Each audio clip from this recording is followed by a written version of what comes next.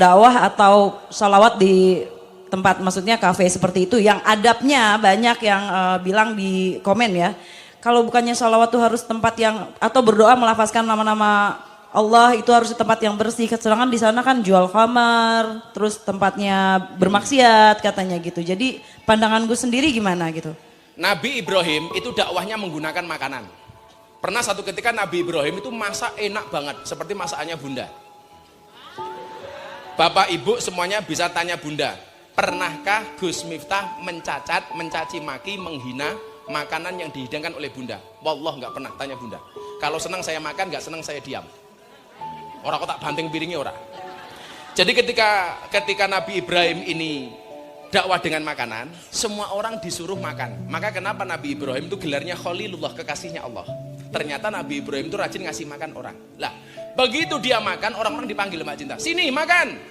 Agamamu apa? Nyembah siapa? Allah. Kamu makan, silakan. Datang lagi. Kamu nyembah siapa? Allah. Ayo makan. Kamu nyembah siapa? Allah. Ayo makan. Terakhir ada orang datang. Set. Kamu nyembah siapa? Kamu nyembah Allah enggak? Enggak. Saya enggak nyembah Allah. Enggak usah, kamu enggak boleh makan. Pergi sana. Akhirnya apa? Nabi Ibrahim ditegur sama Allah Subhanahu wa taala. Ibrahim, kenapa dia kamu usir? Jelas, yang lain nyembah Allah Tuhan, dia tidak nyembah Allah. Apa jawaban Tuhan kepada Ibrahim? Ibrahim, yang baik dan yang buruk, yang nyembah aku dan tidak nyembah aku, semuanya adalah hambaku. Dan tiap hari mereka aku kasih makan. Lah kamu Ibrahim, cuman ngasih makan sekali saja kok kakean syarat. Terus gimana Tuhan? Kasih dia makan, walaupun dia tidak nyembah aku. Toh dia juga hambaku. Artinya apa? Akhlak yang ingin diajarkan oleh Nabi Ibrahim dan Nabi Muhammad adalah baik kepada orang baik dan tetap baik kepada orang yang tidak baik. Ya, saya ingat kata-kata Gus juga, katanya Gus hanya di dunia ini hanya ada dua orang. Hanya ada dua model. Orang baik dan orang belum baik. Belum baik, bukan ya. jelek. Ya, saya di sini adanya di tengah ya Gus. Jangan sampai nanti saya bilangnya mepet ke sini, jangan ya. Nah. Jadi intinya untuk Gus Miftah biasa dipepeti. Jadi intinya tadi Gus pandangannya seperti itu. Tapi masalahnya ini masalah adab. Yang dipeributkan adalah masalah adab karena dalam melafazkan kita membaca ayat suci atau sholawat itu kan harus ada adabnya. Mbak Cinta pernah nggak ketemu dokter spesialis? Pernah. Dokter spesialis itu harus senantiasa sejenis kelamin nggak? Enggak. Apakah dokter profesi itu dokter laki-laki pegangnya cuma laki-laki, dokter perempuan memegang pasien perempuan? Boleh nggak ketika memang spesialisnya itu cuma laki-laki, kemudian pasiennya perempuan, boleh nggak dokter laki-laki pegang pasien perempuan? Kalau memang cuma satu itu nggak dipegang sama dokter laki-laki, modar, nggak ada yang nangani. Lah, kenapa Gus Miftah itu masuk ke dunia seperti itu? Apakah ini melanggar adab? Adab menurut siapa? Karena Al-Quran mengatakan ud'u ila sabili rabbik, serulah kepada jalan Tuhanmu. Yang diseru itu bukan orang yang baik. Orang yang belum baik diseru supaya menjadi baik.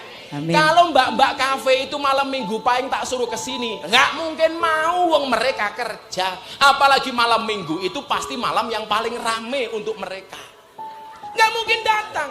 Tapi saya acungi jempol 5 sama mbak-mbak Sarkem. Nggak cuma 4, 5. Siji, loro, 3, 4, siji ini golek dhewe. Mereka mau datang mbak ke sini mbak. Dari Sarkem dan teman-teman WTS itu mereka nyewa bis mbak datang. Walaupun setelah itu mereka kembali bekerja. Tapi kita tidak boleh menjadi hakim bagi mereka. Kenapa? Alaihissallah bi'ahkamil hakimin. Yang berhak menjadi hakim adalah Allah. Lah kenapa adabnya Gus Miftah sampai masuk ke sana? Karena nggak ada satupun orang yang mau datang ke sana. Kalau kemudian netizen tanya sama Gus Miftah, ini mbak, yang barangkali Mbak Cinta nanti harus sampaikan. Kalau ada netizen tanya sama Gus Miftah, oh Gus Miftah ngaji di kafe itu karena motifnya ekonomi, karena duit dan lain sebagainya. Tanya mbak-mbak Sarkem, Gus Miftah pengajian 18 tahun di Sarkem, konsumsi bawa sendiri, nasi bawa sendiri untuk mereka. Gus Miftah bagi mukena, Gus Miftah bagi sajadah, bagi Al-Quran. Gak pernah dapat apa-apa, justru kita yang kasih mereka apa-apa. Supaya apa? Supaya hijrah ke jalan Allah Subhanahu wa ta'ala. Weh kudu iso ngono kuwi le ora ini. Ada lagi mbak? Ya ada lagi pertanyaan. Yang lebih pedes pertanyaannya apa? Aduh saya takut nih, saya di kampung Gus Miftah nih. Oh, ntar apa-apa. Saya nggak bisa pulang. Oh pulang. Gak apa-apa, ntar bapak-bapak temenin saya pulang kan bajunya cie, sama. Cie. Bang Modus Gasim ya? langsung yes. Biasa kalau host itu biasa kayak gitu. Modus. Biasa kan Gus Miftah nyuarakan. Nih, ada sebuah pandangan, kenapa nggak diberitahu dulu gitu? Maksudnya menggunakan pakaian sopan gitu kan? Setidaknya tidak ada yang namanya zina mata yang beriringan dengan sholawat gitu. Kenapa sih nggak dikasih tahu dulu Gus gitu? Begini, belum tentu orang yang melihat itu nafsu dan belum tentu orang yang tidak melihat itu tidak nafsu. Banyak orang di kamar sendiri nggak lihat apa-apa, tidur begini, tapi otaknya kemana-mana. Contohnya gue toh, ini di kamar loh, fantasinya kemana-mana. Tapi banyak orang yang kemudian berjumpa dengan seperti itu sama sekali tidak ada pikiran apapun. Mbak, kalau memang saya harus nakal, sudah 18 tahun. Alhamdulillah, jangankan kok alkohol, ngerokok pun saya tidak. Santri semuanya